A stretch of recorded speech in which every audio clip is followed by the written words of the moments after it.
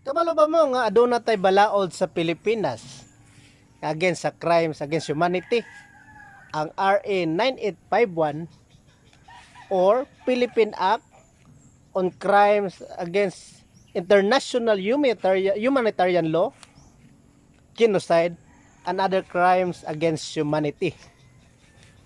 Kani balaora naka-pattern ni sa international law.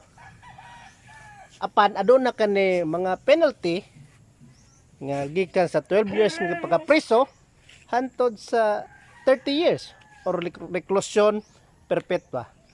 Kung may duman, kaning crimes against humanity mo ning kaso gi-file against kay former President Duterte dito sa International Criminal Court.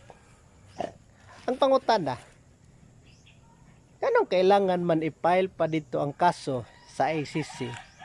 Nga doon naman dito existing balaod. Pwede mo tayo file dire.